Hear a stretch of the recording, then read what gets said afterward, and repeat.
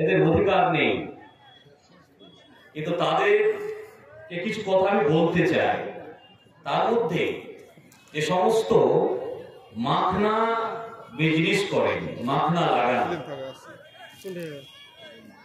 তাদেরকে আমি কয়েকটা কথা বলছি।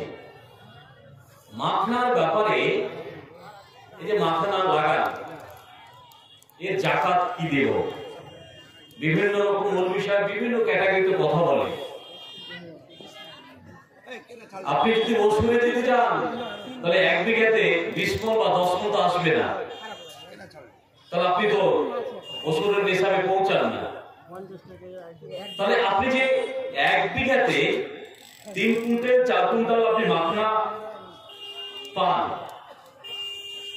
এবার কাউর 1 লাখ টাকা হয়েছে 1 বিঘাতে, দেবেন কি করে? হিসাবটা কি করে আসবে?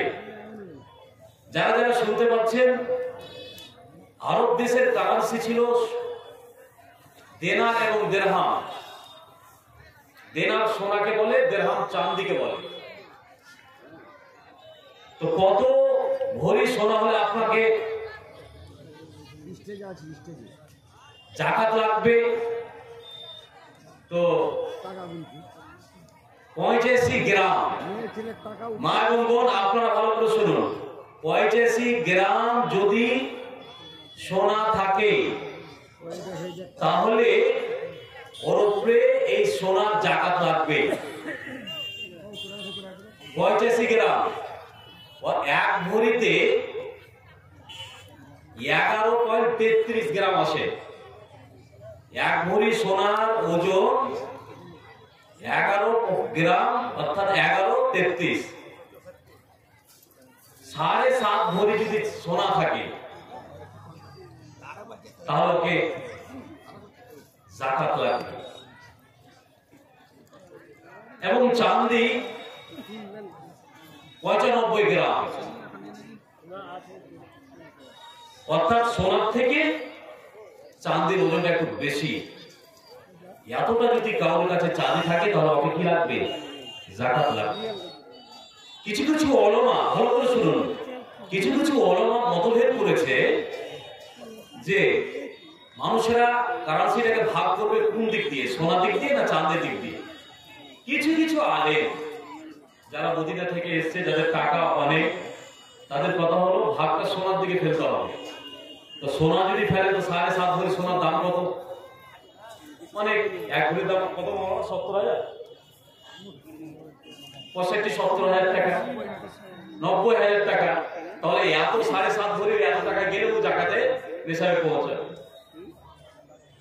আর উত্তম যেটা সব থেকে, যে আমাদেরকে জাকাত দিতে গেলে সব থেকে যেটা কম, কারেন্সি চাঁদি মোটামুটি 35-40, আপনি যদি 50,000 টাকার কাছাকাছি যান, একটা লোকের টাকা থাকলে জাকাত হবে কত দিবে?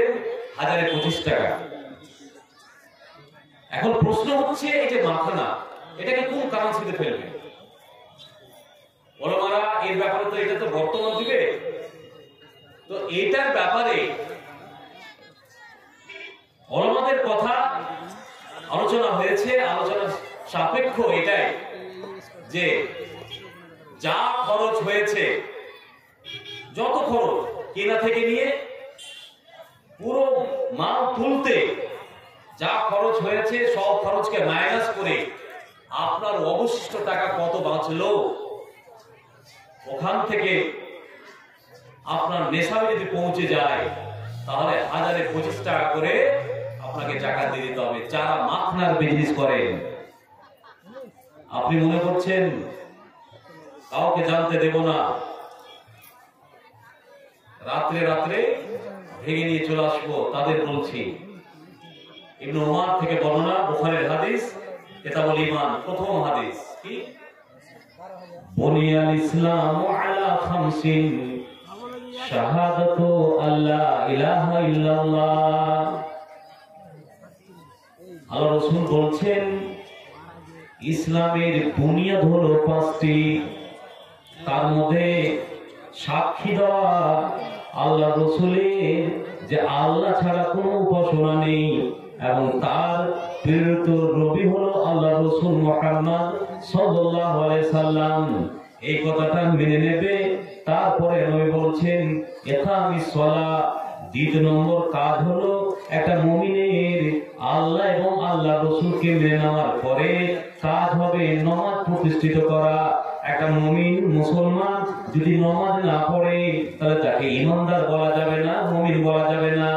নারী এবং পুরুষ একই বিধান, এদের মধ্যে কোনো পার্থক্য নেই। আল্লাহ এবং আল্লাহ রাসূলকে বিশ্বাস করে নেওয়ার পরে ওই সমস্ত মুসলমান, ওই সমস্ত নর এবং নারীকে আল্লাহর ইবাদত করে দিতে হবে, সালাত পড়ে দিতে হবে।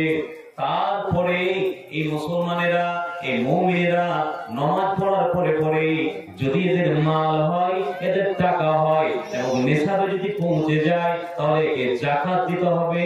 যদি যাকাত না দেয় তাহলে ওকে মুমিন বলা যাবে না।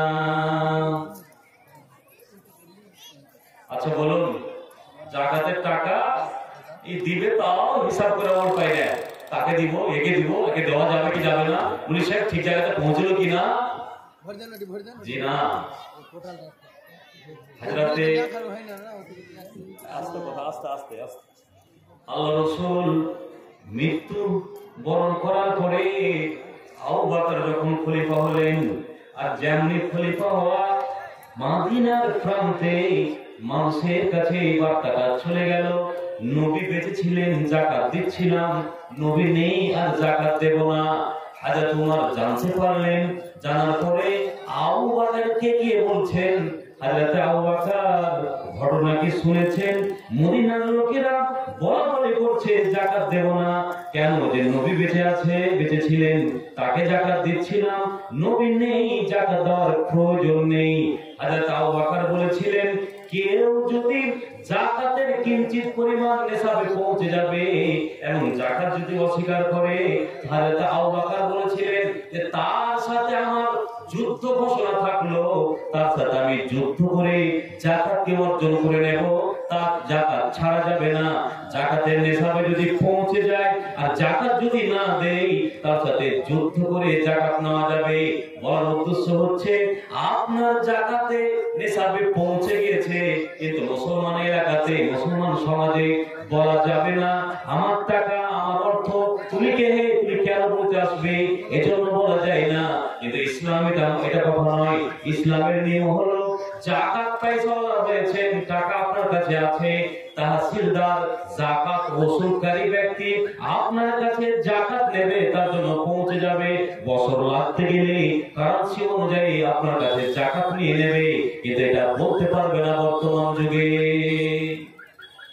হযরত ওমর বলছেন, যখন আবু বকর এত সুন্দর উত্তর দিলেন, তখন তাদের আরাফতুল হাক্কা ফি কলবি আবি বকর, আমি ভাবছিলাম আবু বকর এত দুর্বল ব্যক্তি, এত নরম মোমেন্টের ব্যক্তি, এ কেমন করে মানুষেরাকে কড়া বার্তা দেবে।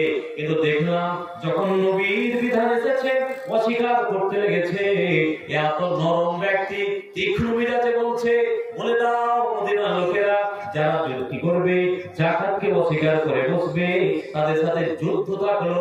তখন ওমর আনন্দ হয়ে, মিজাজটাকে আনন্দ উৎফুল্ল হয়ে বলছে, তাদের আরাফতুল হাক্কা ফি কলবি আবু বকর, আবু বকরের অন্তরে আমি হক পেয়ে গেলাম, সত্যকে দেখতে পেলাম। এখন তো বলা যাবে না যে তোমার কত কুইন্টাল মাখনা হয়েছে, কত টাকা যাকাতে বেরিয়েছে, বলা যাবে না।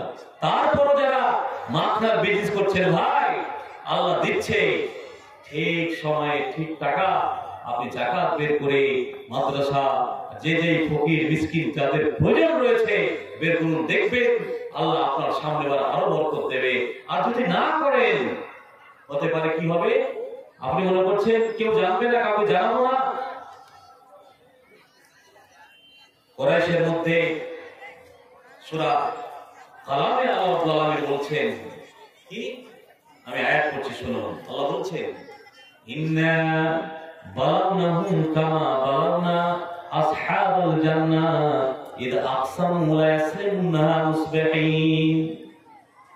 আমি আজমাইশ করেছিলাম, পরীক্ষা করেছিলাম, কামা বালাগনা আসহাবাল জান্নাহ, যেই মতো বাগিচাওয়ালা বাগানওয়ালাকে আমি কি করেছিলাম, আজমাইশ করেছিলাম। কেমন কথা, মাক্কার মধ্যে কে বলেছে, তাফসীরে অনেক রকম রওয়ায়াত রয়েছে। কুরাইশের লোকেরা, তাদের মধ্যে একজন বাগানওয়ালা ছিল, মেওয়া এবং খেজুরের বাগান ছিল তার। কি করতো, কেউ যেন জানতে না পারে, কেউ যেন বুঝতে না পারে। তারা এক অপরের মধ্যে পরামর্শ করেছে, ভাইরা পরামর্শ করে বলেছে, আমার বাপ ছিল পাগল, এই বুঝে না, কোনো কিছু বুঝে না, যা মাল হতো সব লোকেরাকে ভাগ করে দিত, গরিব লোকেরাকে দিয়ে দিত। আমরা কি করব, এমন তালে যাব, এমন সময়ে যাব যে সময়ে ফকির জানতে পারবে না, যে সময়ে মিসকিন জানতে পারবে না। আর আমরা যাব ফজরের সকাল সকাল যাব, আর গিয়ে আমাদের মেওয়া এবং খেজুরের ফলগুলোকে ভেঙে নিয়ে বাড়িতে চলে আসবো, একটা এলাকার মিসকিন জানতে পারবে না। পরামর্শ করেছে। আর আমরা যদি মনে করি না না না না, তাও কি জানতে দেবো না, জেনে নিলেই অসুবিধা আছে, টাকা এত হয়ে গেছে, জাকাত লাগবে।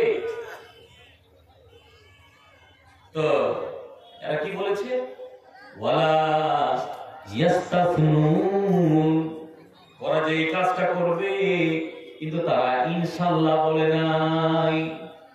ইনশাআল্লাহর এখানে তাফসীর অনেক রয়েছে, অর্থাৎ গরিব ও মিসকিনদের যে হক রয়েছে সেটা দেব না বলে অস্বীকার করেছে তারা মনে মনে।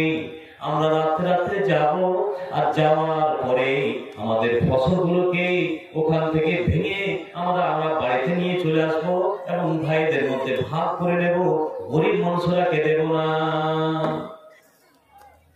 আচ্ছা বলেন, তারা কি ঠিক কাজ করবে? ঠিক কাজ করছে? করে না। তা আপনারা যদি করেন এখানে যে আমার যেন কেউ জানতে না পারে কয়েক বিঘে আছে, কেউ জানতে দেয় না, আরে যাকাত দেবে। কিছু কিছু এলাকার, আমার এলাকার লোক আছে, এত বখিল, এত বখিল, জানতে পারা যায় না দেবে কি দেবে না। যাকাতকে রেখে নিয়ে রুকে মাল বৃদ্ধি হবে না। যাকাতের আরেকটা মানে হলো ইরবি আল মাল, যাকাত দিতে গেলে আপনার মাল বৃদ্ধি পাবে।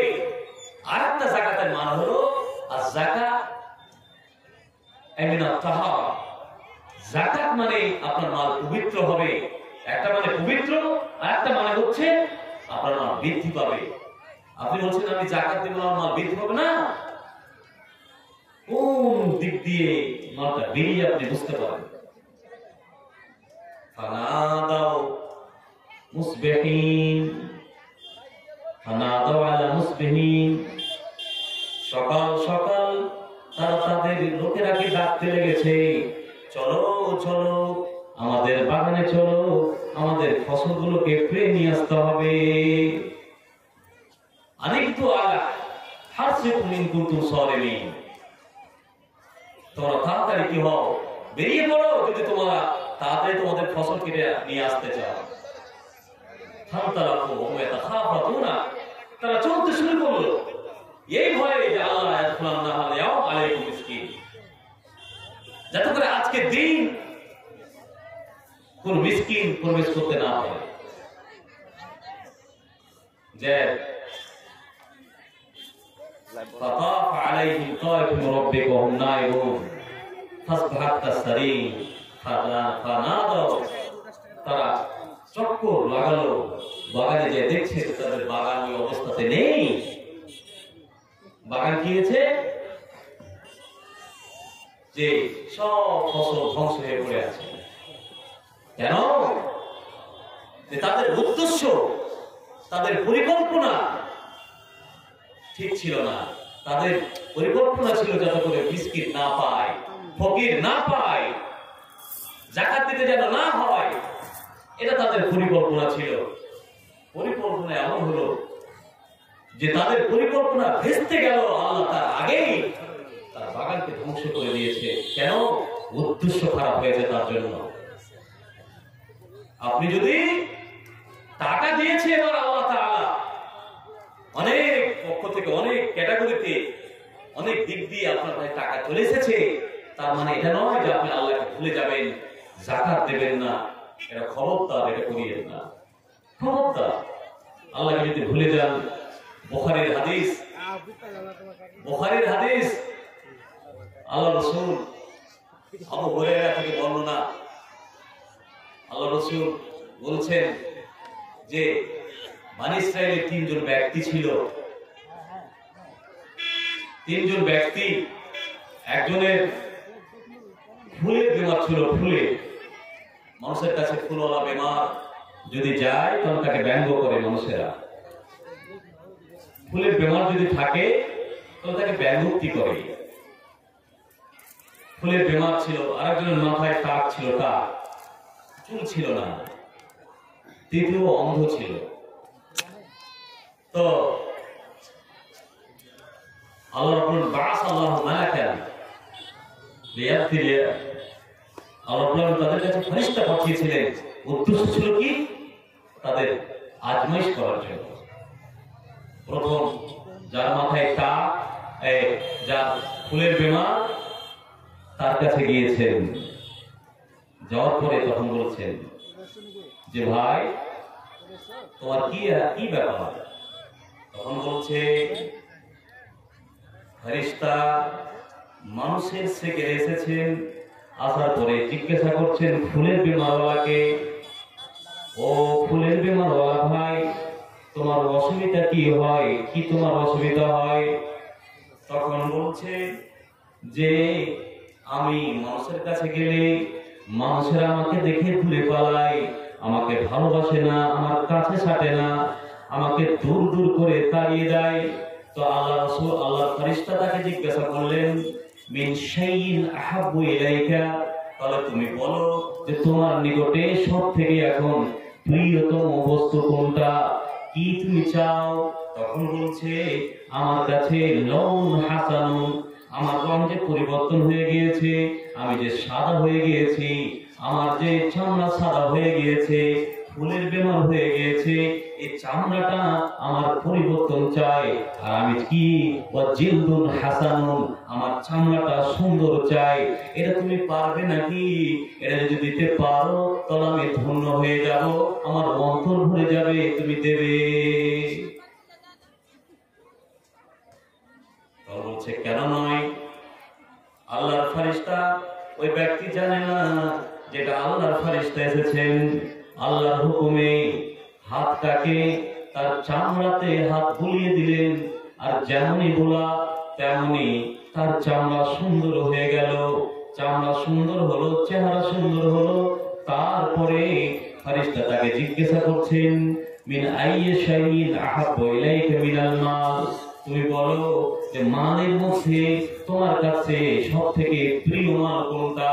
বুখারীর রওয়ায়াতে রয়েছে, ওই ব্যক্তি বললেন আল গানামু আল ইবলু ওয়াল বাকারু। প্রথমে দুরকম রওয়ায়াত রয়েছে, ইবল বলল বা বাকার বলল, ওলামারা বলতে চাইছেন না, প্রথম জন বলেছিলেন আল ইবলু, আমার কাছে সবথেকে পছন্দনীয় মাল হলো উট। তখন রব্বুল আলামিনের পক্ষ থেকে ওই ফেরেশতা তাকে 10টা উট দিলেন এবং তাতে বরকতের দোয়া দিয়ে দিলেন। এত হলো যে একটা উপত্যকা, একটা মাঠ শুধু উটে ভরে গেল। আর রব্বুল আলামিন এত তাকে বরকত দিলেন। দ্বিতীয় জন, যেই উটের বেমার, যার টাক আছে, মাথায় চুল নেই, চুল তার মাথায় গেছে না, তার কাছে গিয়েছেন। যাওয়ার পরে সালাম কালাম করার পরে তাকে বলছেন ভাই মিনা ইয়াশাইইন আহাব্বু ইলাইকা, তোমার নিকটে কি তোমার পছন্দনীয়, তুমি এই কথাটা খুলে বলো।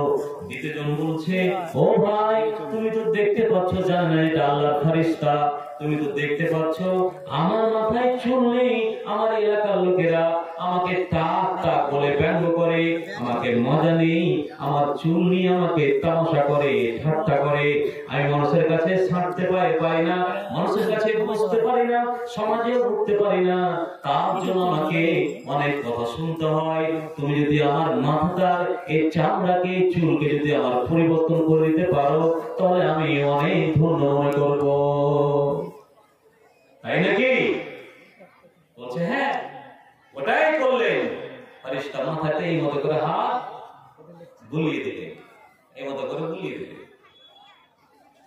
যেমনই বলা। তো আচ্ছা বলেন, আল্লাহর হুকুমে ঠিক করছে, ঠিক তো হবেই। সুন্দর মাথা হয়ে গেল। তাকে আবার জিজ্ঞাসা করলেন, মিনাই শাইইন আহাব্বু ইলাইকা মিনাল মালি, তুমিও বলো যে তোমার কাছে সব থেকে প্রিয় মাল কোনটা? তখন সেই দ্বিতীয় ব্যক্তি, টাকওয়ালা ব্যক্তি বলল যে আমার কাছে আহাবুল মাল ইলাইয়া আল বাকার, আমার কাছে প্রিয় মাল হলো গায়। গায়। তখন রব্বুল আলামিনের পক্ষ থেকে তাকে গায় দেওয়া হলো, আর বরকতের দোয়া দিয়ে দেওয়া হলো। ফেরেশতা দোয়া দিয়ে দিলেন, আর এত মাল হলো, এত গায়ে হলো যে একটা পাহাড়, একটা এলাকা, একটা মাঠ ভরে গেল শুধু গরুতে এবং গায়ে, শুধু গরুতে এবং গায়ে। আল্লাহ এত তাকে মাল দিল। কে জানে কোনটা মুসাফির, কোনটা মওলানা, চেক কাটতেছে কোনটা মাদ্রাসার মওলানা। আপনার কাছে চেক নিয়ে দাঁড়াতে গিয়ে কখন কোনটা শব্দ বলে দেবে, কোনটা লাশ বলে দেবে, আর কোনটা কোনটা কারেন্টের মতন কবল হয়ে যাবে কেউ বলতে পারবে না। এই জন্য যারা যাকাত দেন, যারা টাকা দেন, যারা দান দেন, তারা খবরদার কোন মৌলবী সাহেব কোন চেকওয়ালাকে, কোন মওলানাকে দেখে ব্যঙ্গ করতে হবে না, মজা নিতে হবে না, বলতে হবে না তোমার কাজ নেই, কোনো কাজ নেই, এই কথা বলা যাবে না। খবরদার এই কথা বলবেন না। আমি এই এলাকার রেকর্ড দিই, গায়ে নেবেন না। একজন মওলানা দুঃখের সাথে এলাকা থেকে যে চায়ের দোকানে বসে আছে, জিজ্ঞাসা করলাম, মওলানা কি ব্যাপার, কেন বসে আছেন? তখন বলছেন, ভাই এই সর্দারদের কাছে ওসুল নেওয়ার জন্য, ফেতরা নেওয়ার জন্য 3 দিন থেকে আমি ঘুরছিলাম। আজকে এসো না তো কালকে এসো, না তো আজ আমি থাকতে পাবো না, আমি সকালে নেই বাড়িতে, সন্ধ্যাতে নেই, বাড়ির লোক দিতে পারবে না। এই করে করে করে করে আমি 3 দিন তার কাছে আমি ঘুরলাম। আর 3 দিন ঘোরার পরে আমার চেকে মাত্র আমাকে 30 টাকা চেক কাটছে, 30টি টাকা দিচ্ছে। এইটা আমাকে এত দুঃখ দিয়েছে, এত দুঃখ দিয়েছে। এই জন্য আমি বসে আছি যে আদায় করবো কি করবো না, কষ্ট পেয়েছি। যারা যারা এই সর্দারেরা, মোড়লেরা, যারা যারা এই কাজটা করেন, তাদের ক্ষেত্রে বলছি। কেন বলছি? এই জন্য কোরআন বলছে, ওয়ামাসাইলা ফালা তানহার, যদি তোমার কাছে চাইতে চলে যায় কোন মাদ্রাসার পক্ষ থেকে কোন মিসকিন, কোন ফকির, খবরদার খবরদার তাকে ডাকা চলবে না, ডাকা চলবে না। যে লোকটাকে আপনি ডাকছেন, হতে পারে আপনি 6 টাকা দেবেন, 6 টাকারই বিনিময়ে যদি দোয়া দিয়ে দেয়, বরকতের যদি দোয়া দিয়ে দেয়, হতে পারে ওটাই আপনার জন্য, ওটাই আপনার জন্য আপনার জীবনে গোল্ডেন চান্স হয়ে যেতে পারে, ওটাই গ্রহণ হয়ে যেতে পারে। আর ওটাই যদি গ্রহণ হয়ে যায় আল্লাহর কাছে, আপনার মা শুধু বরকতই বরকত হবে, বরকতই বরকত হবে। আমি মওলানা সাহেবকে বললাম, মওলানা দুঃখ পাবেন না। আলী সাহেব ছিলেন, আমি বললাম দুঃখ পেতে হবে না, আল্লাহ রাব্বুল আলামিন এর বদলা ওই লোকগুলোকে দেবে, আর আপনার বদলা আপনি পেয়ে যাবেন। ওকে আমি সান্ত্বনা দিয়ে এখান থেকে পাঠিয়ে দিলাম ক্লাব থেকে। বলার উদ্দেশ্য হচ্ছে, খবরদার দায়িত্ব পারবেন, দায়িত্ব গ্রামের লোকেরা, জামাতের লোকেরা এই জন্য তো দিয়েছে আপনাকে যে আপনি যে 3 দিন অন্তত গোটা বছর কাজ করতে হবে না, 2 দিন 3 দিন 4 দিন আপনাকে দায়িত্ব পালন করতে হবে। তারপরেও আপনি সন্ধ্যাতে থাকলেন না, সকালে থাকলেন না, আর ফকির মিসকিন আপনার বাড়িতে শুধু পহরাদারি করছে, ঘুরছে আর যাচ্ছে, ঘুরছে আর যাচ্ছে। আর আপনি কোন যুক্তিতে এখানে ওখানে চলে যান? আপনাকে তো 3 দিন আপনাকে থাকতেই হবে, 4 দিন থাকতেই হবে। তারপরে এরা দেবে না, তাদের উদ্দেশ্য মানে আলাদা। আর আল্লাহ রাসূল বলছেন যে তোমার কাছে চাইতে গেলে তুমি কি করিও না, কিন্তু আমরা এটা কাজ করি।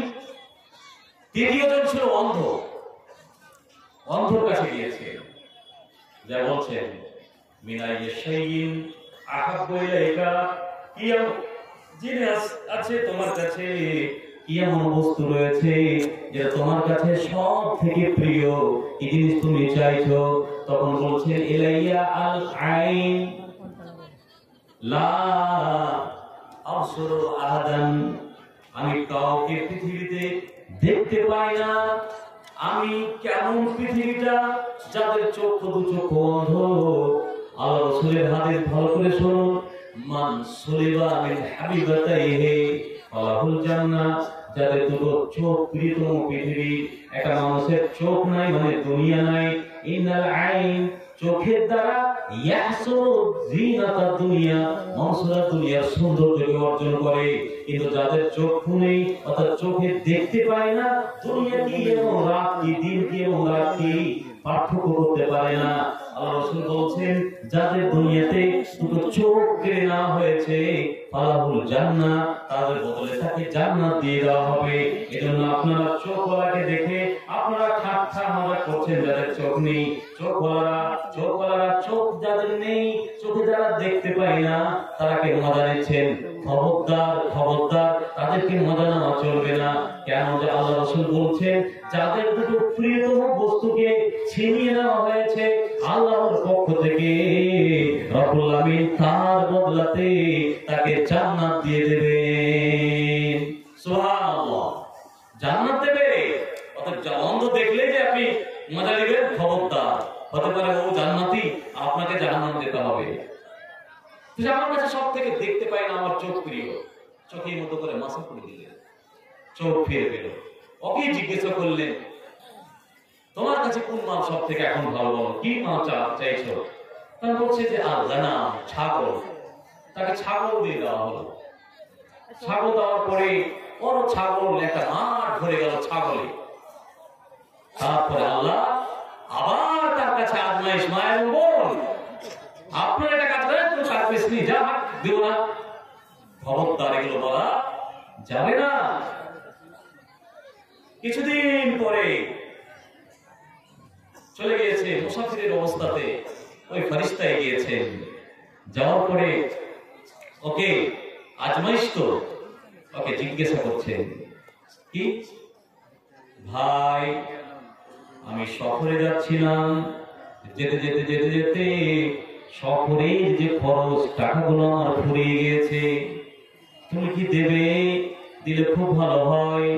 আল্লাহ রাব্বুল আমিন তোমাকে, তোমার চামড়া সাদা হয়ে গেছিল, চামড়া সাদা ছিল, তোমার ফুলের বেমার ছিল, তোমাকে মানুষেরা ছাড়তে দিত না, তুমি খুব গরিব ছিলে, তোমার অর্থও ছিল না, আল্লাহ তাআলা তোমাকে অর্থশীল করেছে, সুতরাং তুমি আমাকে কিছু খরচ দাও। আমি রাস্তার ফকির হয়ে গিয়েছি, মুসাফির হয়ে আছি, আমার কাছে খরচ নেই, আমাকে দাও। তোমার কাছে আমি চাইতে এসেছি, কিছু আমাকে দাও। কি কেন দিবে?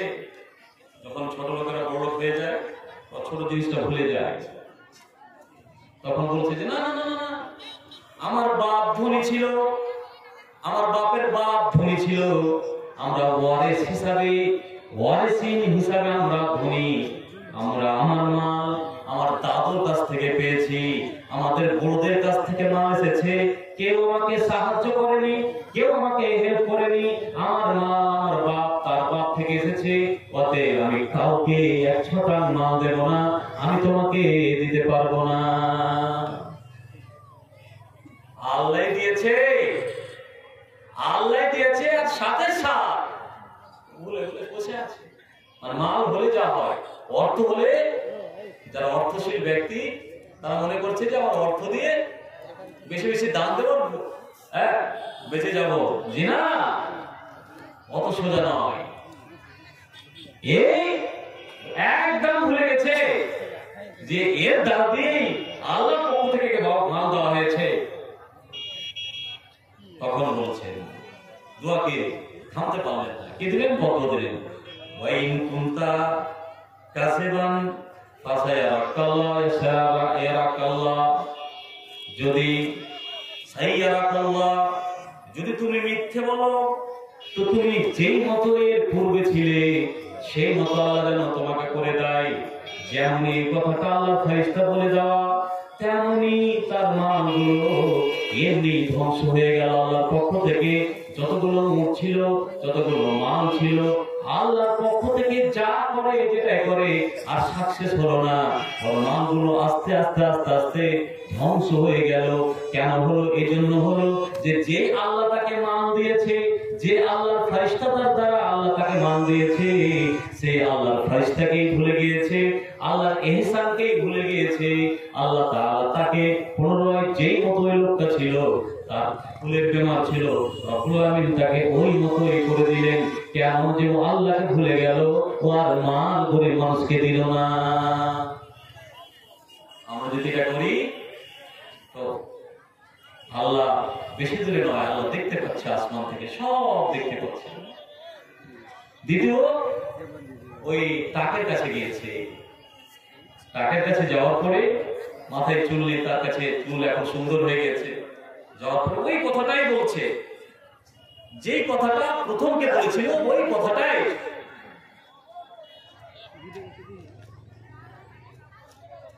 শোনো, এখন শোনো, কোনটা করিয়ে দাও। নাই গো, কে দিল? তুমি বাহ, মাশাআল্লাহ, আল্লাহুম্মা সাল্লি আলাইহি, আল্লাহুম্মা বারিক আলাইহি।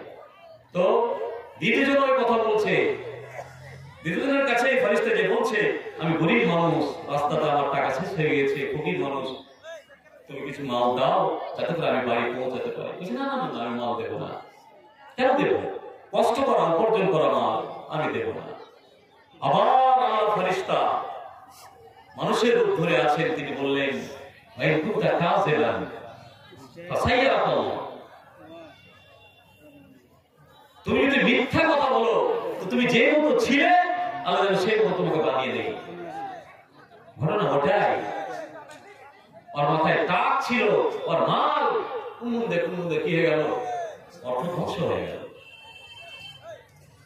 তৃতীয় জন অন্ধ, তার কাছে গিয়েছে, যাওয়ার পরে বলছে, আসসালামু আলাইকুম, ও ভাই তুমি অন্ধ ব্যক্তি ছিলে, তুমি দেখতে পাচ্ছিলে না, কিছুদিন পূর্বে তোমার কাছে একটা মুসাফির এসেছিল এবং তোমার হাত চোখে হাত বুলিয়ে দিয়েছিল, তুমি ঠিক হয়ে গিয়েছো, আল্লাহ তোমাকে মাল দিয়েছে। আমি গরিব মানুষ, রাস্তাতে আমার টাকা ফুরিয়ে গিয়েছে, টাকা নেই, মাল নেই, তো তুমি কি আমাকে কিছু টাকা দেবে, কিছু অর্থ দেবে, যে অর্থের দ্বারা আমি বাড়িতে পৌঁছে যাব। অন্ধ ব্যক্তি বলছে, ও ভাই, হ্যাঁ আমার মনে এসে গিয়েছে, আমি দুনিয়া দেখতে পাচ্ছিলাম না, রব্বুল আলামিনের পক্ষ থেকে একজন দরবেশ আমার কাছে এসেছিল, আমার বাড়িতে এসেছিল এবং আমার চোখে এই মতো করে ভাত বুলিয়ে দিয়েছিল, আমি দৃষ্টি ফিরে পেয়েছিলাম। সুতরাং আমাকে আবার বলেছিল, কোনটা তুমি মাল চাও? আমি বলেছিলাম ছাগল চাই, আমাকে ছাগল দিয়েছিল। আল্লাহ ওই ছাগলের বরকতে, ওই মালের বরকতে এত মাল দিয়েছে, এত অর্থ দিয়েছে যে আমার পুরো মাঠ ভরে গিয়েছে ছাগলে, আমার পুরো মাঠ ভরে গিয়েছে বকরিতে। তো তুমি যখন চাইতে এসেছো, তবে তুমি যাও আমার মাঠে, আর যাওয়ার পরে যতটা তোমার প্রয়োজন, যত তোমার প্রয়োজন হবে, যতটা তোমার লাগবে, আমি তোমাকে বলবো না যে এতটা নেবে, যতটা প্রয়োজন ততটা তুমি নাও, নিয়ে এখান থেকে তুমি যাও, কোনো অসুবিধা নেই, তোমাকে বাধা দেওয়া যাবে না। যেমনি কথা বলা তেমনি তখন আল্লাহর ফেরেশতা গিয়ে বলছেন, শোনো এখানে নিকটে এসো। আর আসার পরে তাকে বলছেন, শোনো আমি কেউ মুসাফির নই, আমি চাইতে আসিনি, আমি হলাম স্বয়ং আল্লাহর পক্ষ থেকে ফেরেশতা, তোমাকে আজমাইশ করার জন্য আল্লাহ আমাকে পাঠিয়েছিলেন মানুষের রূপ ধরে। ধন্য হয়ে গেলাম, তুমি পরীক্ষাতে পাস হয়ে গিয়েছো, আল্লাহ তোমাকে মান দিয়েছে, আর তুমি যাকাত দেওয়ার জন্য, দান করার জন্য এগিয়ে এসেছো। যাও যাও, তোমাকে মাল লাগবে না, তুমি এরপরে যা যা নিসাবে পৌঁছাবে তুমি যাকাত দেবে, মাল দেবে, গরিব মিসকিনেরাকে দেবে। খবরদার খবরদার, গরিব মিসকিনের মালকে তুমি রুখবে না, তাদের হককে তুমি মারবে না। আপনি ভাবছেন যে আল্লাহ আপনার মালকে ধ্বংস করতে পারবে না? না, করে দিতে পারে, করে দিতে পারে, কিন্তু যারা যারা যারা বেশি বেশি চাইতে যান, আপনারা অনেক আছে প্রয়োজন নেই তাও চাইতে যান, চাই না। যাদের প্রয়োজন আছে তারাকে ধরে ধরে দিন, কিন্তু যাদের প্রয়োজন নেই, সমাজে যারা গরিব নয়, মিসকিন নয়,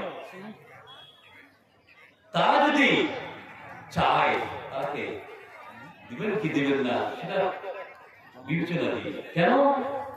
যে ও প্রয়োজন নেই, তারপরে মাকে বৃদ্ধি করার জন্য চাইতে গিয়েছে, তাহলে এই লোকগুলোকে দেওয়া চলবে না। আল্লাহ রাসূল একজন গরীব মানুষ হাকিম বিন হাজাম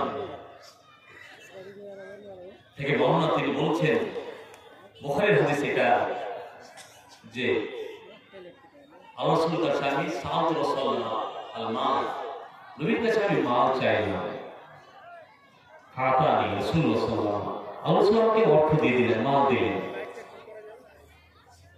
তারপরে কিছুদিন পরে আবার চাইতে গেলাম, ফাতানি রাসূলুল্লাহ সাল্লাল্লাহু আলাইহি ওয়াসাল্লাম, আল্লাহ রাসূল দ্বিতীয় দিন দিয়ে দিলেন। কিছুদিন পরে আবার রাসূলের কাছে আমি কি করতে গেছি, চাইতে গিয়েছি, রাসূল আমাকে আবার কি করলেন, মাল দিয়ে দিলেন। আর দেওয়ার পরে আল্লাহ রাসূল বলছেন, হাকিম ইন্নাল মালা হলুয়াতুন খাজিরাতুন, ও হাকিম শোনো, মাল অর্থ যদি বিনা পরিশ্রমে পাওয়া যায় তো মানুষেরা এটা একদম হালুয়ার মতন, সবুজের মতন। হালুয়া দেখতে গেলে যারা মিষ্টি প্রিয়, মিষ্টিকে ভালোবাসে, তারা যেমনি হালুয়া দেখতে পাবে মুখে লাল চলে আসবে, তো চায় যে আমি মিষ্টি খাবো। আল্লাহ রাসূল হাকিমকে বলছেন, হাকিম রে, মালটা হলো মিষ্টির তুলনায়, মাল মানুষরা যদি ফ্রিতে পেয়ে যায় তাই মালকে চাইতে যাবে, এরা মালকে পরিশ্রম করে অর্জন করবে না। অতএব মালের মায়াতে তুমি পড়ে যেও না, মালকে তুমি চাইতে যেও না। তুমি খালি চাইছো, এই মালটা হলো মিঠার তুলনায়, মালকে তোমাকে চাইতে হবে না। এই কথাটা আল্লাহ রাসূল হাকিমকে বলে দিলেন, মালের উপরে লোভ করতে হবে না, ফ্রিতে পেয়ে যাচ্ছ তার মানে তুমি চাইতে যাবে, এই কথাটা নয়। যেমনি কথা বলা, তারপরে হাকিম বিন হাজাম কসম খেয়ে নিলেন যে আল্লাহে, যতদিন আর বাঁচবো, যতদিন থাকবো, মানুষের দ্বারে দ্বারে হাত পা আমি প্রশস্ত করতে যাব না, হাতকে আমি ছোট করতে যাব না, আমি হাত খাইলাতে যাব না, কোনদিন আর চাইবো না এই মতো আমি থাকবো। আমি খেতে পাই বা না পাই, আমার প্রয়োজন আছে, তারপরেও আমি চাইবো না।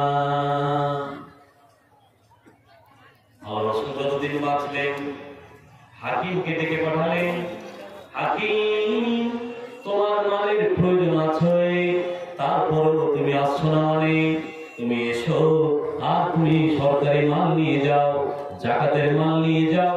কেন নেবে না, কেন নেবে না? তখন আল্লাহ রাসূলের কথাতে হাকিম বলেছিলেন, আল্লাহ রাসূল আপনি তো বলেছেন ইন্নাল মালা হলওয়াতুন খাজিরা, মালটা হলো মিষ্টির মতো, মাল যদি বিনা পরিশ্রমে পেয়ে যায়, অর্থ যদি বিনা পরিশ্রমে পেয়ে যায়, টাকা যদি বিনা পরিশ্রমে পেয়ে যায়, মানুষেরা ইনকাম করার দিকে যাবে না, একলা হাজার টাকা চায়রা যেখানে রাস্তাতে দেখবেন চাই দাঁড়িয়ে আছে, 10 টাকা দাও ভাই, এটা করবো, 10 টাকা দাও ভাই, চা খাবো। কেন? যে তার অভ্যাসে পরিণত হয়ে গেছে, ও আর জীবনে ইনকাম করতে যাবে না, ও আর খাটতে যাবে না। তো মানুষেরা 10-20 করে পেয়ে অভ্যাসে পরিণত করে ফেলেছে, ও আর খাটতে যাবে না, পরিশ্রম করবে না। আর রাসূল তাকে ডেকেও মান দিতে পারেননি। তারপরে আল্লাহ রাসূলের মৃত্যুর পরে আবু বকর তাকে ডেকে পাঠিয়েছিলেন আর বলেছিলেন, হাকিম তোমার মালের প্রয়োজন রয়েছে, তুমি মালকে নিয়ে যাও, কেন নেবে না? হাকিম ওই উত্তর দিয়েছিলেন আবু বকরকে, না না না না, আমি মাল নেব না, অর্থ নেব না, টাকা নেব না। তারপরে আবু বকরের যুগে তাও বেঁচেছিল হাকিম বিন হাজাম, তাকে ডেকে পাঠানো হয়েছে। আরে তোমার সমস্ত মুসলমানের সামনে তাকে অর্থ টাকা পেশ করেছিলেন আর বলেছিলেন, নাও টাকা নাও, কেন নেবে না টাকা? তখন হাকিম বলেছিলেন, না আমি দুনিয়া ছেড়ে চলে যাব, তো টাকা পয়সা আমি কারোর কাছে চাইবো না, চাইতে যাব না। তখন হযরত ওমর সমস্ত সাহাবাকে ইঙ্গিত করে বলছেন, ইয়া মাশারাল মুসলিমিন, মুসলমানের দল, তোমরা সাক্ষী থেকে যাও, কিয়ামতের দিনে হাকিম যেন বলতে না পারে, হাকিম যেন বলতে না পারে যে হযরত ওমরের যুগে হাকিমের মত লোক না খেয়ে মরে গিয়েছে, আমি দেখেছি ই নেই। এটা তোমরা সাক্ষী থেকে যাও, কিয়ামতের দিন তোমরা যেন সাক্ষী দেবে মালেনি নেনি, এটা যেন একটা সাক্ষী থাকে। এই জন্য আমি তোমাদেরকে ইঙ্গিত করলাম। তাহলে মাল যে আপনি ফিরতে পাচ্ছেন তা বলে আপনি খালি নিতেই থাকবেন না, খবরদার। যারা যারা উঠে পালিয়ে যাচ্ছেন আপনাদের বলি, এখনো একজন যোগ্য এবং বিশাল সুখ্যাতি বক্তা, প্রধান বক্তা আছেন মুর্শিদাবাদ থেকে। খুব সুন্দর বক্তা, খুব সুন্দর মানে ওয়াজ এবং ইয়ং বক্তব্য ভালো রাখবেন ইনশাআল্লাহ। আপনারা যাবেন না, আমি তো আর কিছুক্ষণ আছি। তো কথা হচ্ছে যে এই যে যাকাত আপনি দেবেন, কাকে দেবেন, কয় প্রকারের মানুষ পাবে? আল্লাহ রাব্বুল আলামিন মায়া বলবো, আপনারা শুনুন। আল্লাহ রাব্বুল আলামিন কোরআনে বলছেন ইন্নামাস সাদাকা লিল ফুকারা, এই যে যাকাত ফকিরকে দেবেন, মিসকিনকে দেবেন, ওয়াল আমিলিনা আলাইহা, এবং যে সর্দারেরা, যে মোড়লেরা দেখাশোনা করছে, এরা থাকার পরেও থাকে না, পালিয়ে যাচ্ছে। যদি প্রয়োজন মনে করেন গ্রামবাসী, ভালো করে শুনে নিন, যদি গ্রামবাসী প্রয়োজন মনে করেন যে যাকে দায়িত্ব দেওয়া আছে, যে সর্দারকে, যে মোড়লকে, যে যাকাত বন্টন করা বা ফেতরার মাল, সৎকার মাল দেওয়া, ও যদি বলে আমি থাকতে পাই না, সময় পাই না, তাহলে বেতন দিয়ে যদি হয় 3 দিন 4 দিন যে পরিশ্রম, তাকে যদি টাকা দিয়ে হয়, তাকে টাকা দিয়ে দিতে হবে, বেতন দিয়ে তাকে রাখতে হবে। আল্লাহ রাব্বুল আলামিন কোরআনে বলছেন ইন্নামাস সাদাকা লিল ফুকারা ওয়াল মাসাকিন ওয়াল আমিলিনা আলাইহা, যারা কর্মচারী তার উপরে কর্ম করবে তাকে দিবেন।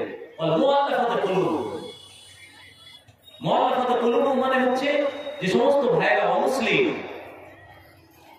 ইসলাম কবুল করেছে, নতুন নতুন ইসলাম কবুল করেছে, তারা কি করুন, ওই যাকাত, যাদের যাকাতের মাল বেরিয়ে গিয়েছে, তারা ওখান থেকে কি করবে, ওই লোকগুলোকে দেবে, মুসলিমকে দেবে। অফির রেখা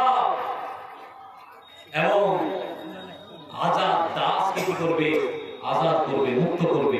কেমন কথা, যেমন তো কুমার ভাই জেলে বসছে 4 বছর থেকে, এই সিএ আন্দোলন, ইনার্সির আন্দোলন দিল্লিতে হয়েছিল, আজকে জেলে আছে, তার পক্ষ থেকে উকিল নেই, টাকা নেই, লড়বে কে?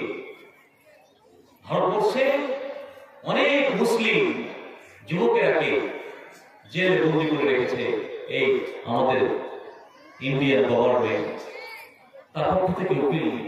আমাদের তো এই দেশে আজাদ করার কোনো বিধান নেই, গোলাম নেই যে আপনি তাকে আজাদ করবেন।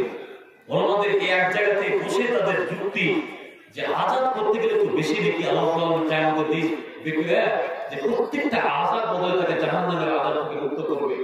একটা যদি গোলামকে আপনি মুক্ত করতে পারেন, তাহলে আপনি যদি জাহান্নামে হন, তাহলে আপনাকে জাহান্নাম থেকে মুক্ত করে দেবে। এত সব একটা গোলাম আজাদ করতে গেলে তাতে আপনি পাবেন না। তাহলে কেমন করে করবেন?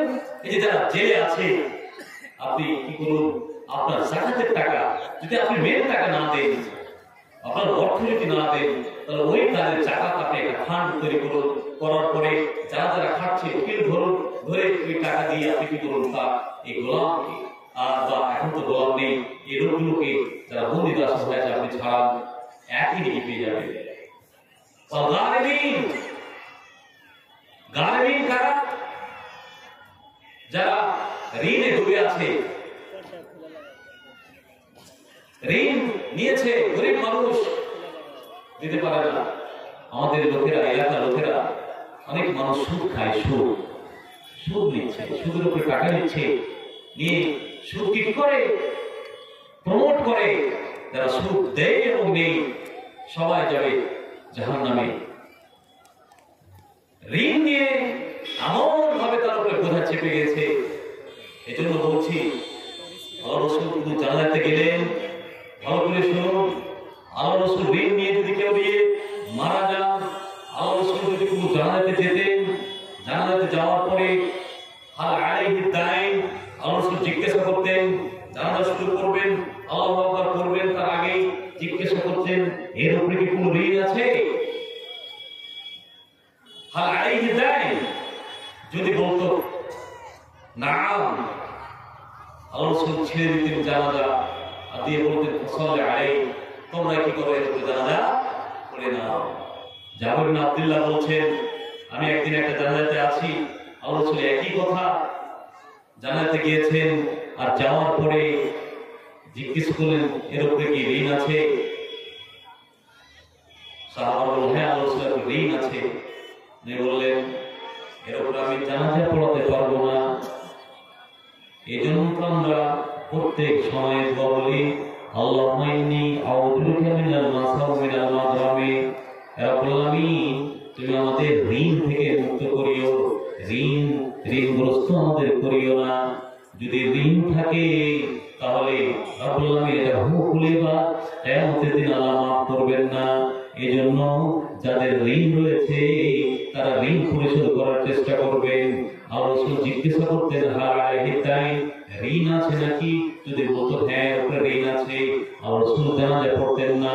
যাদের বলছেন নবী ছেড়ে দিবেন, ছেড়ে দিয়ে চলে যাবেন, তখন আমি বললাম আল্লাহ রাসূল বা অন্য রাতে রয়েছে একজন সাহাবা দড়িয়ে আসলেন, আসার পরে বললেন আল্লাহ রাসূল আমি দায়িত্ব নিয়ে নিলাম, আপনি জানাজা পড়িয়ে দিন, এই লোকটার পক্ষ হতে আমি ঋণ পরিশোধ করে দেব।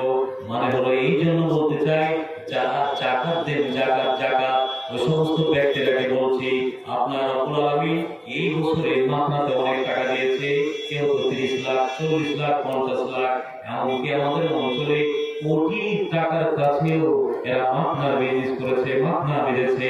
ওই সমস্ত জাকাত দাতা ভাইয়েরাকে বলবো যদি কোনো এলাকাতে ঋণ থাকে, কোন মানুষের ঋণ যদি পরিশোধ করতে না পারে, গরিব মানুষ ঋণ নিয়েছে যদি মুক্ত না হতে পারে, তাহলে আপনাকে রব্বুল আলামিন টাকা দিয়েছেন, আপনি ওই টাকা থেকে ওই সমস্ত ঋণওয়ালা ব্যক্তিদের ঋণ থেকে মুক্ত করবেন। তারপরে কি বলছে? যারা আল্লাহর রাস্তাতে বেরিয়ে পড়েছে, এখানে মতভেদ করেছে। আল্লাহর রাস্তাতে বেরিয়ে পড়া মানে যারা মাদ্রাসা, এই মুজাহিদ, এক কথায় ইসলামের যারাই কাজ করছে, বর্তমান প্রজন্মে বর্তমান যুগে ইসলামের যারাই কাজ করছে তারাই হচ্ছে কি মুজাহিদ।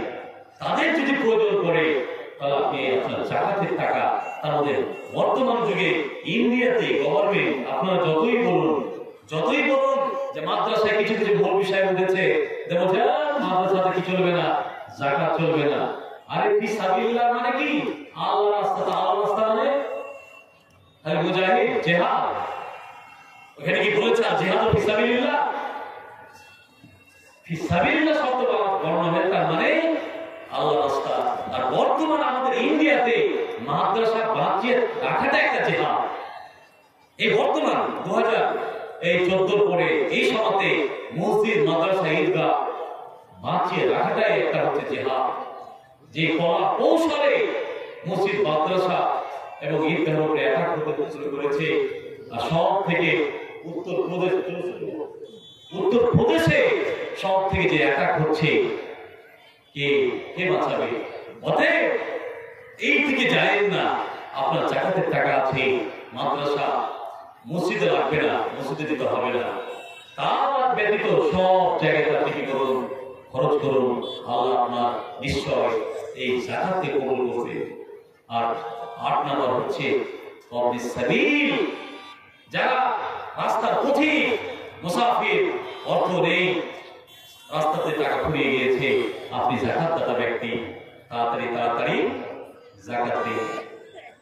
লাভ কি হবে? বুখারীর হাদিস, হাদিসটা সহিহ।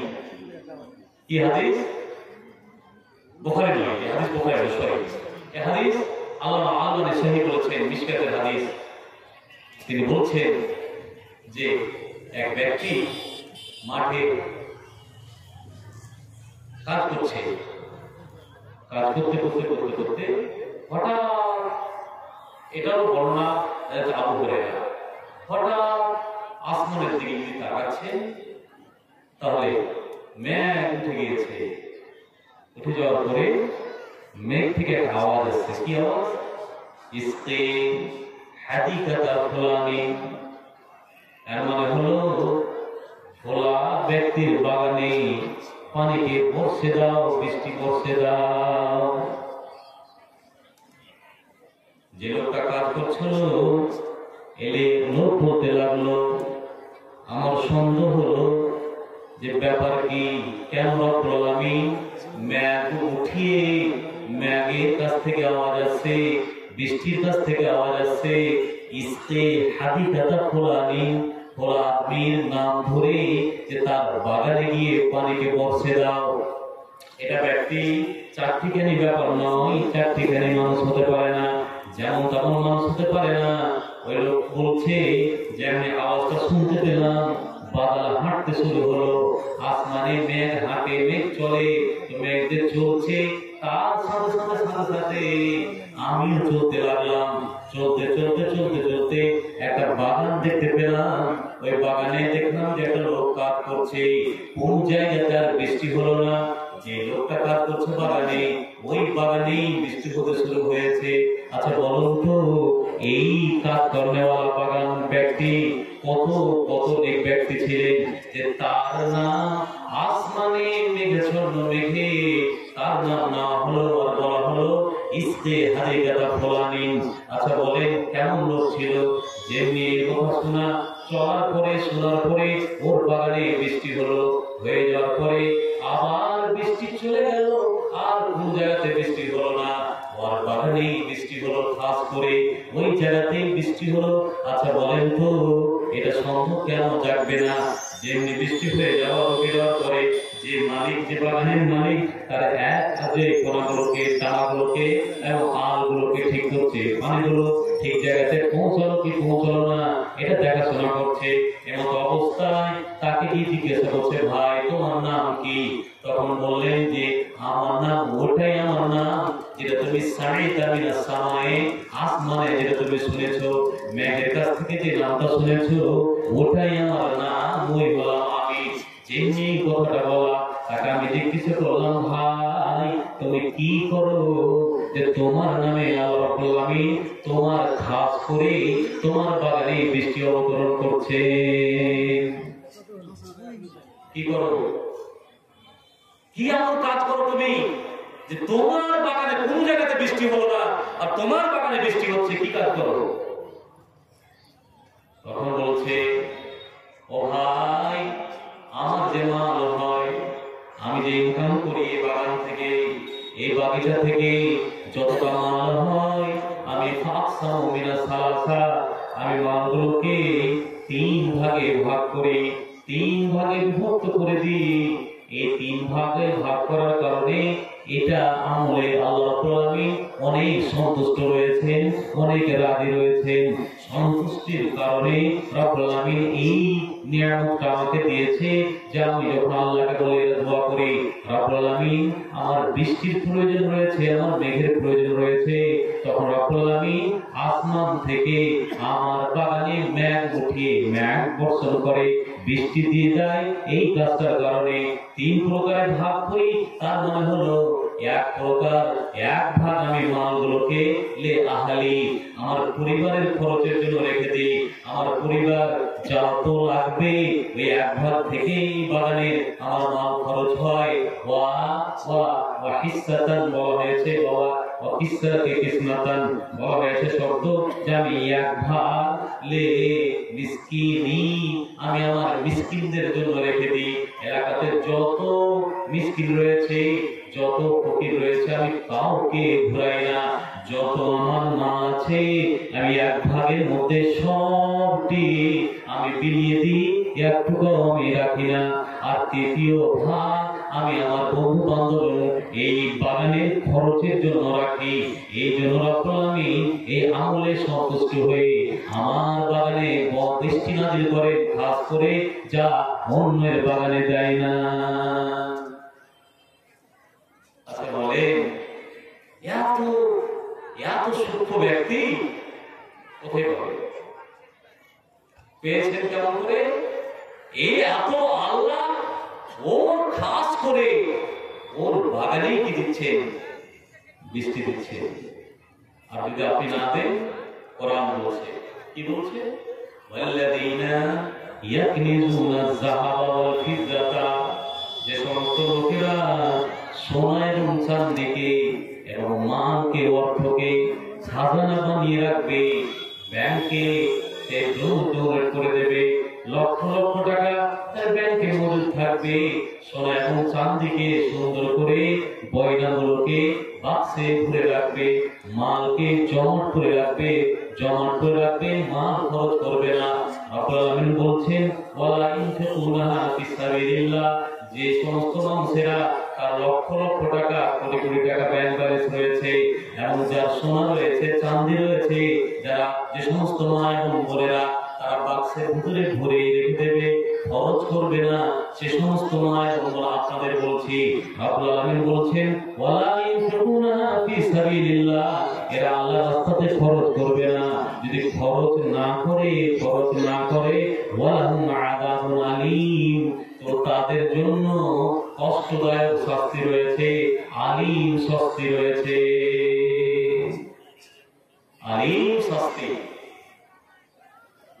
এই আয়াতটা যে মাল যারা দেবে না, তারপর আয়াতে বলছে কিয়ামতের দিন ওই মালগুলো আল্লাহ রাব্বুল আলামিন গরম করবেন, গরম করে পিঠে, কপালে আর পিছনে, সব জায়গায় তারা কি করবে, দাগবেন, দাগ এমন করে, যেমন করে লোহার জিনিসকে গরম করে জানোয়ার, ওই মতো করে যারা যাকাত দেবে না তাদেরকে এই অবস্থা হবে। হযরতে মাবিয়া আবু সুফিয়ানের ব্যাটা বলছে, মাবিয়া কি বলছে যে একটা আহলে কিতাবদের জন্য নাযিল হয়েছিল। হযরতে আবু যার বলছে না, এই আয়াতটা নাযিল সবার জন্য হয়েছে, যারা যাকাত দিবে না সবার ক্ষেত্রে। ওই যুগে মদিনাতে ইখতিলাফ শুরু করে দিলেন যে আবু যার নাকি ফতোয়া দিয়েছে আর মাবিয়া নাকি ফতোয়া দিচ্ছে। ফতোয়া, দাওয়া এবং শোনার বিভাগ রয়েছে, খালি শুনলে হবে না, বুঝতে হবে। আপনাকে বললাম এক ক্যাটাগরি, আপনি গোটা দিন একটা ক্যাটাগরি, এটা হচ্ছে এলাকাতে। ওকে বলেছি একটা, আর ও শুনে আরেকটা রক্তে বসে আছে, জি না।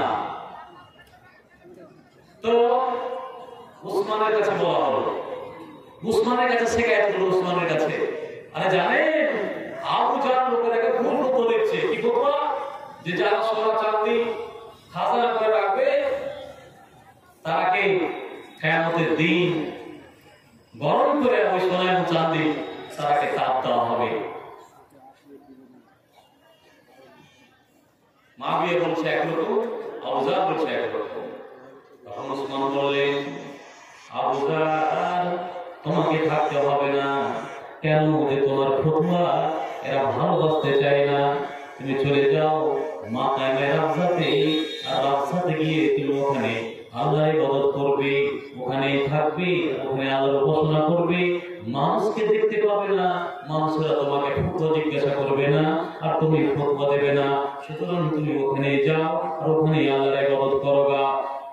হযরতে অন্য রাওয়ায়াতে রয়েছে, বুখারীর রাওয়ায়াতে রয়েছে, ইমাম বুখারী কিতাবুল ইলম নিয়ে এসেছেন, হযরত আবু যার বলেছিলেন ওয়ালা ওয়াজারাতুন সামাসা ওয়া শারায়া কাফাহু, তোমরা যদি গর্দানে আমার তলোয়ারকে রেখে দাও, আর রেখে দেওয়ার পরে যদি বলো আবু যার তোমাকে সত্য মসলা বলতে হবে না, সত্য ফতোয়া বলতে হবে না, সত্য কথা বলতে হবে না, আমার মুখ দিয়ে তলোয়ার চালাবে, তলোয়ার দিয়ে কাটবে, কাটার আগে কাটতে যাবে, আর যদি আমি এক সেকেন্ড টাইম পেয়ে যাই তো আমার মুখ দিয়ে যে কথাটা বের হবে ওটাকে আমি বের করবই করব।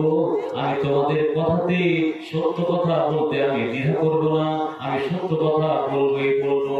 আবু যারকে বলে দেওয়া হয়েছিল কেন? যে আবু যার ফতোয়া দিয়েছিলেন যারা সোনা এবং চাঁদিকে জমা করে রেখে দেবে, যাকাত দেবে না, কিয়ামতের দিন রব্বুল আলামিন ওটাকে গরম করে তাকে তার কপালে, তার পিছনে, তার পিঠে তাপ দেবেন, দাগবেন, তারপরে বুঝতে পারবে যে যাকাত না দেওয়ার কি ভুট্টার পরিণাম হবে। ও অনুভব করে নেবে যে আমি যাকাত দেইনি, তার জন্য রব্বুল আলামিন এই শাস্তি আমাকে দিচ্ছেন। আবুজা এটাই বলতে জাকাত লাগবে, কিন্তু মুসলমান আমরা জাকাত দিই না। কতটুকু জাকাত যদি থাকে, জাকাত যদি দেন, হতে পারে ওখানে এতিম খাবে, গরিব খাবে, মিসকিন খাবে। যারা লিডার আছেন, ইসলামী হুকুমত তো নেই, চলে না, ইসলামী হুকুমত চলে না, তারপর বলছি কোরআন বলছে, আমি বারবার করে বলি, কিয়ামতের দিন আল্লাহ রাব্বুল আলামিন সাকার একটা জাহান্নাম আছে, সাকার একটা জাহান্নাম রয়েছে। আল্লাহ রাব্বুল আলামিন জিজ্ঞাসা করবে, মা সালাকাকুম ফি সাকার, সাতটা জাহান্নাম রয়েছে। মায়ের বোন ভালো করে শুনুন, সাতটা জাহান্নাম, সাকার, সাইর, জাহিম, আলিম, লাজা, জাহান্নাম, দোজখ, সাতটা জাহান্নাম রয়েছে। এই সাতটাতে তার মধ্যে অন্যতম হলো সাকার। রব্বুল আলামিন মুজরিমদেরকে জিজ্ঞাসা করবে, ওয়া তাসালুনা লিল মুজরিমিন, রব্বুল আলামিন মুজরিমিন অপরাধীকে, সমাজে যারা অপরাধী হয়েও তারা অপরাধী বলেন না। নমাজি দিব্যি লোকটা জেন্টলম্যান, সুদখোর দিব্যি লোকটা সমাজের জেন্টলম্যান প্রতিষ্ঠিত, লোকটা বেনামাজি তবু লোকটার সম্মানের শেষ নাই, লোকটা চোর তারপর মানুষের টাকা মেরে খায় তারপর তার সম্মানের শেষ নাই, কিন্তু তাকে আমরা মুজরিম বলিয়ে বলতে পারি না। কিয়ামতের দিন এই সমস্ত বদমাইশগুলোকে, এই সমস্ত কামিনাগুলোকে, যারা বিভ্রান্তিপূর্ণ আমল দেখিয়েছে, যারা জীবনে সঠিক কথা বলতে পারেনি, সঠিকটা মানতে পারেনি, সঠিক বলতে গেলে তাদের গায়ে ফুসকা পড়ে গিয়েছে, এই লোকগুলোকে রব্বুল আলামিন জিজ্ঞাসা করবেন, মানে অপরাধীদেরকে জিজ্ঞাসা করবেন, মা সালাকাকুম ফি সাকার, আচ্ছা বলো তো এত কষ্টদায়ক জাহান্নামে, এত ভয়াবহ জাহান্নামে তুমি কেন এসেছো, কি কারণে এসেছো, কেন তোমাকে এই কষ্টদায়ক জাহান্নামে তোমাকে পড়তে হয়েছে, কেন কেন এখানে পড়েছো, মা সালাকাকুম ফি সাকার। তখন আমার এলাকার লোকেরা যাকে এই ক্লাবের মসজিদে হাইয়া আলাস সালাহ, হাইয়া আলাল ফালাহ, বরংবর মুয়াজ্জিন ভূমি দিয়েছে, আযান দিয়েছে, তারপর দাড়ি সাদা হয়ে গিয়েছিল, তারপরে কারোদের দোকানে গিয়ে লুকিয়ে বসে থেকেছে বৃদ্ধগুলো, আযান হয়ে গিয়েছে, তারপর কেমন খেলতে থেকেছে, আযান হয়ে গিয়েছিল, তারপর দোকানে বসে থেকেছে, আযান শোনার পরে শিহরণ জাগেনি, আযানের ধ্বনি শোনার পরে তার ভিতরে অনুশোচনা হয়নি, মসজিদে আসেনি, এই লোকগুলো তখন বলবে লাম নাকু মিনাল মুসাল্লিন।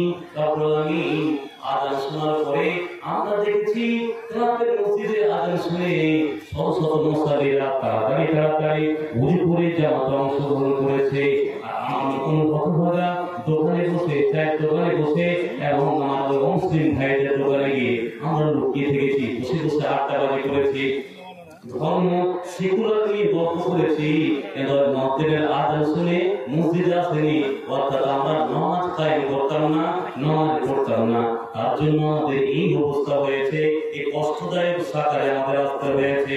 তারপরে দ্বিতীয় যেটা বলবে, আমরা লাম নাকু নুতিউল মিসকিন, আমরা কি করতাম না, এলাকার অনেক দরিদ্র অনেক গরিব মানুষেরা না খেয়ে থেকেছে, বাড়িতে খাওয়ার জুটেনি, আমরা ক্লাবের বাজারে এসে দামি দামি মাছ কিনেছি, আমরা একের পর এক দামি দামি আমরা সুন্দর সুন্দর খাবার কিনে নিয়ে গিয়েছি। আমার বাড়ির পাশে আমার নাজিরপুরে গ্রাম এলাকাতে নদীর ধারে এলাকার ফিল্ডে অনেক গরিব মানুষ থেকে গিয়েছে, ভালো করে কোনোদিন বিরিয়ানি খায়নি, মাটন চপ খায়নি, কোনোদিন চিকেন খেতে পায়নি, এগুলো আমরা কোনোদিন খবর রাখিনি। লাম নাকু নুতিউল মিসকিন, আমরা কোনোদিন মিসকিনকে খেতে দিতাম না, মিসকিনেরাকে আমরা খাবার দেইনি, তার কারণে আমাদের এই অবস্থা হয়েছে। তার কারণে আমরা মিসকিনকে খেতে দিতাম না, ফকির মিসকিনকে খেতে দিইনি। আচ্ছা বলেন, তাহলে যারা এই কাজ করছে দেই না, অহংকার কারণে, কৃপণতার কারণে, মেয়ে ছেলে একজন আল্লাহ যে উদ্দেশ্যে দান করেছে আল্লাহ তার উদ্দেশ্যকে পূরণ করুন। আমিন সুবহান আমিন। তো যারা যারা আমরা দিনই এখনো যাকাত মাথা না, তাদের বলছি মাপনা হয়ে গেছে, প্যাকেটে টাকা চলে এসেছে, সামনে যদি বরকত পেতে চান, আরো বৃদ্ধি নিতে চান, তাহলে মাপনা যাকাত আপনারা সুন্দরভাবে সুষ্ঠুভাবে কি করবেন, বের করবেন। আর যদি না করেন, যতটি হাদিস শোনালাম, কোরআনের আয়াত শোনালাম, হতে পারে আল্লাহ আমাদের এই আযাবগুলো আমাদের উপরে দিয়ে দিতে পারে।